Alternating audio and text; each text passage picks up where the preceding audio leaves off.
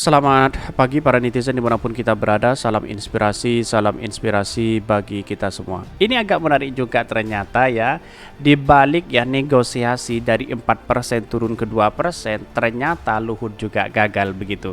Bahkan jaminan ini, Cina minta APBN jadi jaminan utang kereta cepat Jakarta-Bandung. Bayangkan begitu kan ya. Di mana letak logikanya ya? Apakah selama ini ya Pak Luhut sudah kecewa atau apa begitu kan? Saya rasa dari awal saya apresiasi sekali kepada Pak Luhut yang kemudian dari negosiasi dari 4% menjadi 2%. Kalau ini lolos berarti kemampuan Pak Luhut dalam negosiasi sangat apresiasi sekali. Tapi di balik ini semua ternyata gagal begitu kan. Hari ini ada berita yang mengatakan bahwa Cina minta APBN jadi jaminan. Apakah ini ya yang terakhir opsinya ya Indonesia akan memberikan itu begitu, akan memberikan jaminan itu begitu. Tetapi mari kita baca terlebih dahulu komentar-komentar netizen ya. Agak sedih dan luar biasa seperti ini. Ini komentar-komentar netizen dan Cina minta APBN jadi jaminan utang kereta cepat Jakarta-Bandung. Bayangkan ya. Mana nih yang kata NKRI harga mati, jual aja mereka buat bayar ngutang. Mampus loh kapok kapan ini ya. Bahkan ya sudah sejak awal banyak pengamat memprediksi bahwa kita akan dirugikan dalam proyek tersebut. Padahal sudah ada ya tol Cipularang ya, kereta Parahyangan saja dibagusin. Jadwalnya ditambah, jalurnya diperbaiki, itu sudah cukup. Hemat lagi masih nasi sudah menjadi ketupat. Pembangunan berbasis hutang adalah pembangunan yang semu nih. Jebakan Batman ya, sadari dulu. Ini komentar-komentar netizen agak lumayan agak lumayan keras begitu ya.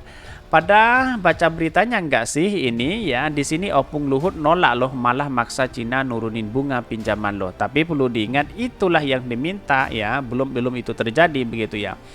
Bahkan ya perlu diingat bahwa ya apa yang selama ini ya dilakukan kereta cepat itu kalau benar-benar di operasional nanti mungkin ya di akhir tahun ini ya saya rasa apakah dalam anggaran kita, dalam utang-utang kita dalam terkait dengan adanya kereta cepat ini kalau memang 4%, wah ini juga menjadi catatan penting kepada negeri kita begitu kan ya. Bahkan ini Jepang tawarkan suku bunga ya 0,1% ya, Cina 3,4%. Lalu yang dapat proyek kereta cepat Cina, sekarang RI terjerat utang. Bayangkan ini. Negeri 62 semakin terjerat ya, tertenir Cina. Wah. Ini dari zaman kuliah di Bandung menanti proses proyek ini sampai kapan, tahu nggak jadi-jadi nih. Buat yang dukung kereta cepat bayarlah pajakmu 2 kali lipat. Sudah tahu nggak ada uang masih bangun aja ini. Ini habis APBN ya jaminan hutang. Ini ada pro dan kontra di sini begitu kan. Tetapi ini sangat menarik begitu kan. Menariknya di sini adalah bahwa mengapa di waktu Cina dan Jepang itu mempromosikan pada waktu itu ya kereta cepat malah mengambil yang Cina begitu kan. Itu padahal Jepang itu saya rasa konsisten sekali membangun investasi-investasi seperti itu begitu kan ya. Bisa bekerja sama dengan dengan Indonesia sendiri itu sangat konsisten dibandingkan Cina begitu. Kenapa kok yang dipilih Cina itu yang menjadi pertanyaannya begitu ya. Bahkan kalau nggak ada penumpang gimana? Kalau endingnya kayak gini kenapa kemarin diterusin ini ya? Udah kalian masih merasa wah bangga dengan pembangunan yang sekarang. Hanyalah penyesalan yang belum kalian ketahui. Tetapi mari kita baca terlebih dahulu beritanya seperti ini. Ini beritanya Cina minta APBN jadi jaminan utang kereta cepat Jakarta-Bandung. Wah luar biasa ya. Ini dikutip dari CNN Indonesia ya. Menteri Koordinator Bidang Kemaritiman dan Investasi Menko Marves Luhut Binsar Panjaitan mengatakan Cina ya kekeh minta anggaran pendapatan dan belanja negara APBN menjadi penjamin ya pinjaman utang kereta cepat ya Jakarta Bandung ya. Namun Luhut tak mengamini tuntunan Cina tersebut, merekomendasikan penjaminan dilakukan melalui PT Penjaminan Infrastruktur Indonesia. Bahkan ya memang sih ada masalah psikologis ya. Jadi mereka Cina maunya dari APBN. Ya, tapi kita jelaskan prosedurnya akan panjang ya. Kami dorong melalui PT PI ya PII karena ini struktur yang baru dibuat pemerintah Indonesia sejak 2018, kata Luhut dalam konferensi pers di Kemenko Marves. Bahkan dia menyebutkan ada masalah ya, tapi kalau di Cina ya mau tetap APBN ya dia akan mengalami prosedur panjang. Itu sudah diingatkan dan mereka sedang mikir-mikir imbuhnya. Di sisi lain, Luhut menyebutkan Cina hanya mau menurunkan bunga utang kereta cepat 4% menjadi level 3,4%. Ya, Luhut menyebutkan bunga utang tersebut masih terlalu tinggi dan pemerintah ingin bunga utang bisa turun sampai 2%. Ya menurut saya pribadi negosiasi seperti ini ya jangan dianggap gagal, boleh begitu kan. Ya, kalau menurut saya pribadi lanjutkan aja 2% begitu. Kalau matok 4% atau 3,4% ya sama aja begitu dengan 4% begitu kan, karena selisihnya dikit begitu ya.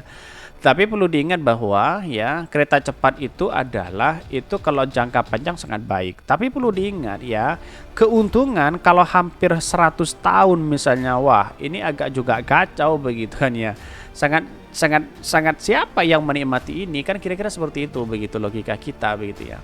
Bahkan ya meski ya bunga ya masih cukup tinggi, Luhut mengatakan pemerintah tak masalah. Menurutnya pemerintah bakal tetap membayarnya karena bunga itu sudah lebih ya baik dari bunga pinjaman luar negeri lainnya. Karena kalau kamu pinjam keluar ya juga bunganya sekarang sisa 6% juga, 3,4% misalnya sampai situ ya. Where are you doing ya, oke? Dan bahkan kalau menurut saya pribadi, apakah Jepang sekarang sudah tertawa begitu kan melihat hal ini begitu ya? Itu kan yang menjadi pertanyaan hari ini. Ya bisa saja dia tertawa begitu. Ya. Ini dikonfirmasi terpisah Direktur Utama PT PI Wahid Sutopo mengatakan belum menerima mandat dari Luhut soal proses penjaminan proyek KJCB tersebut. Kendati ia menegaskan ya PT PI hadir untuk melaksanakan ya penjaminan pemerintah di proyek infrastruktur. Terkait proyek KJCB sampai saat ini kami belum secara resmi menerima penugasan dari pemerintah dalam melakukan penjaminan proyek tersebut, kata Wahid kepada CNN Indonesia. Namun sekiranya akan mendapatkan penugasan untuk ya penjaminan KJCB ya, kami berkomitmen akan mempersiapkan dengan sebaik-baiknya, sambungnya. Ini yang menjadi pertanyaan. Akankah selama ini ya Jepang ya tertawa melihat apa yang dilakukan oleh Luhut begitu kan ya? Bisa saja dia tertawa begitu kan. Mungkin dia mengatakan suruh siapa milih Cina, milih saya aja, santai-santai aja kan, begitu logikanya begitu. Tapi inilah ya Cina itu memang sangat kuat dalam bidang teknologi seperti ini begitu kan ya. Kuatnya memang dia menghadirkan ya dengan menghadirkan yang terbaru, tapi di satu sisi ya keuntungan-keuntungan yang dimiliki wah ini sangat luar biasa bagi Cina begitu kan dibandingkan Jepang. Tetapi Jepang itu saya rasa melihat dari sepak terjangnya untuk investasi di negara manapun dia konsisten begitu kan. Ya pada akhirnya kalau ditargetnya 5 tahun ya 7 tahun ya dia akan selesai begitu kan ya, berbeda dengan Cina yang kemudian ada undur sana undur sini diundur lagi dan sebagainya. Itu menjadi prioritas utama bahwa kita harus memikirkan itu juga begitu di satu sisi begitu. Karena apa, kalau tidak seperti ini wah rakyat yang menjadi yang menjadi dampak di situ begitu. Akhirnya muncul spekulasi si A, si B dan si C begitu kan. Itulah yang kemudian kenapa kereta cepat ini untungnya katanya sampai ya bertahun-tahun begitu kan. Yang menikmati itu siapa kan? Ya bukan anak cucu kita begitu kan ya. Dalam jangka waktu itu ya kalau semisal ya kita menikmati misalnya dalam jangka 15 tahun, 20 tahun kan enak begitu di situ. Kalau ratusan tahun wah ini luar biasa begitu ya. Mungkin itu yang kami sampaikan. Tonton terus channel Hodari Podcast Rakyat ini karena ada berita-berita menarik dan viral setiap harinya. Salam para netizen, salam inspirasi bagi kita semua. Jangan lupa di subscribe channel YouTube Hodari Podcast Rakyat ini.